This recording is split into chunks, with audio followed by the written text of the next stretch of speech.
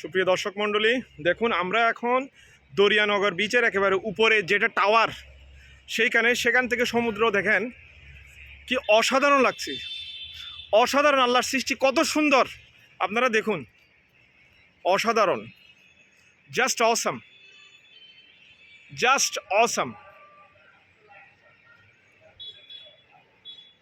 ও, আমি এটা সৌন্দর্য আসলে মানে বর্ণনা করার ভাষা আমার নাই, এত সুন্দর,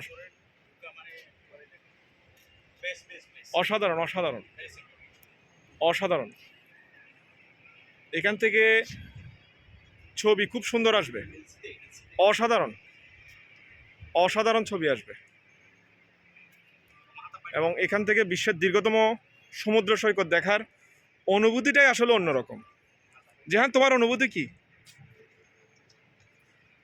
প্রকৃতি এত সুন্দর, আসলে কক্সবাজারে না আসলে বোঝা যেত না। আসলে আসলে আর যেটা সত্য কথা, বন্ধুদের সাথে আসছি, যদিও এটা কাকতালীয় ট্যুর, কিন্তু এখানে আসার পরে মানে প্রকৃতির সাথে থেকে সমুদ্র দেখে, সমুদ্রের বিশালতা দেখে অসাধারণ ভালো লাগছে। আর বন্ধু, তোমার কি মনে হয় না যে সবাই যেখানে যায় কলাতলি, সুগন্ধা, ওই বিচ থেকে এদিকের বিচের অনেক সুন্দর, অনেক বেশি অনেক সুন্দর, অনেক সুন্দর, পরিষ্কার, মানে ঢেউর পরিমাণ কম, এবং পানিগুলোও খুব মানে পরিষ্কার মনে হচ্ছে, নিট অ্যান্ড ক্লিন, সবুজ।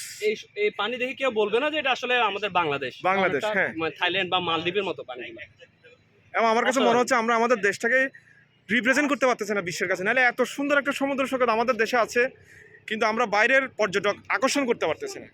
তো সুপ্রিয় দর্শক, আপনারা এখানে আসবেন, ঘুরে যাবেন, মাত্র 40 টাকা টিকিট কেটে আপনারা এখানে ঢুকতে পারবেন। Just awesome, just awesome.